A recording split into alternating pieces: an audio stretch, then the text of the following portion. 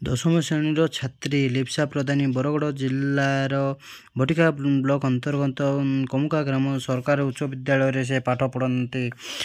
ବୟସ ସିନା କମ୍ ହେଲେ ମନର ତାଙ୍କର ଆଶା ବଡ଼ ଓ ଆଶା ସୁକୁମାରୀ। ପାଠପଢ଼ା ଖୁବ୍ ଭଲ।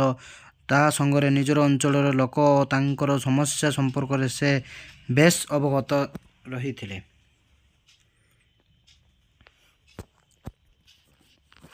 ମହୁଲ ଗୋଟାଇବା ଯନ୍ତ୍ର ଉଦ୍ଭାବନ ସେ ଦେଖିଛନ୍ତି ଯେ ଗ୍ରୀଷ୍ମ ଋତୁରେ ଆସିଲା ପଶ୍ଚିମ ଓଡ଼ିଶାର ଚାଷୀ ପରିବାର ମହୁଲ ଫୁଲ ସଂଗ୍ରହଣ କରି ପରିବାର ପୋଷଣ କରିଥାନ୍ତି।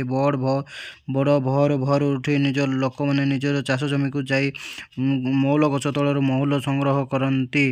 ଉଦୁଉଦିଆ ଖରାରେ ମଧ୍ୟ ସେମାନେ ମହୁଲ ଗୋଟାଇଥାନ୍ତି। ଏତଦ୍ୱାରା ରୋଜଗାର ଭଲ ହୋଇଥାଏ ସତ, ଏଭଳି ଗୋଟିଏ ମହୁଲ ଗୋଟାଇବା ଦ୍ୱାରା ତାଙ୍କର ଅଣ୍ଟା ବ୍ୟଥା ହୋଇଥାଏ। ଆବାହମାନ କାଳରେ ଏହି କାମ ଚାଲି ଆସିଛି ଯୋଗୁଁ ଚାଷୀ ପରିବାର ଏପରି ଏକ ପରମ୍ପରା ବୋଲି ମନରେ ପରିଶ୍ରମ ବୋଲି ହୁଅନ୍ତି। ମହୁଲ ଗୋଟାଇବା ଅନ୍ୟ କୌଣସି ପଦ୍ଧତି ବି ନାହିଁ, ଯନ୍ତ୍ର ନାହିଁ କି ବା ପଦ୍ଧତି ନାହିଁ।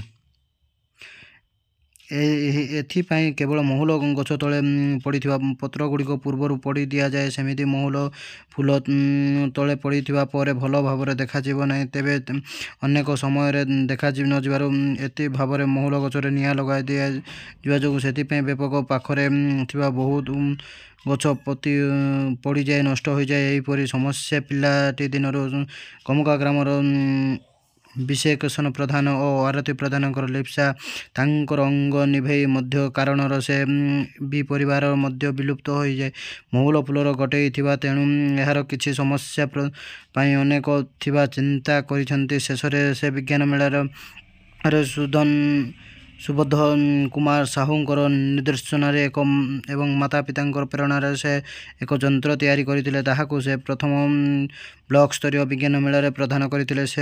ତାଙ୍କର ପ୍ରୟାସ ସବୁ ପ୍ରଶଂସା କରିଥିଲେ। ପରେ ସେ ପ୍ରକଳ୍ପ ଜିଲ୍ଲା ସ୍ତରୀୟ ବିଜ୍ଞାନ ମେଳାରେ ମଧ୍ୟ ମନୋନୀତ ହୋଇଥିଲେ। ଏହିପରି ଲିପ୍ସା କ୍ଷୁଦ୍ର ପ୍ରକଳ୍ପ ରାଜ୍ୟରେ କେନ୍ଦ୍ର ସ୍ତରୀୟ ଆବିର୍ଭୂତ ହୋଇଥିଲେ। ଏହିପରି ସବୁ ବିଜ୍ଞାନ ମେଳାରେ ସମୃଦ୍ଧ ମିଳିଥିବାରୁ ଏହି ଯନ୍ତ୍ର ତିଆରି ପାଇଁ ବେଶ୍ ଖର୍ଚ୍ଚ ହୋଇଥିଲା ବୋଲି ଚାଷୀ ପରିବାରମାନେ ଖୁବ୍ କମ୍ ବେଶ୍ ସମର୍ଥନ ବିଜ୍ଞାନ ମେଳା ସମୀକ୍ଷା ହେଲେ।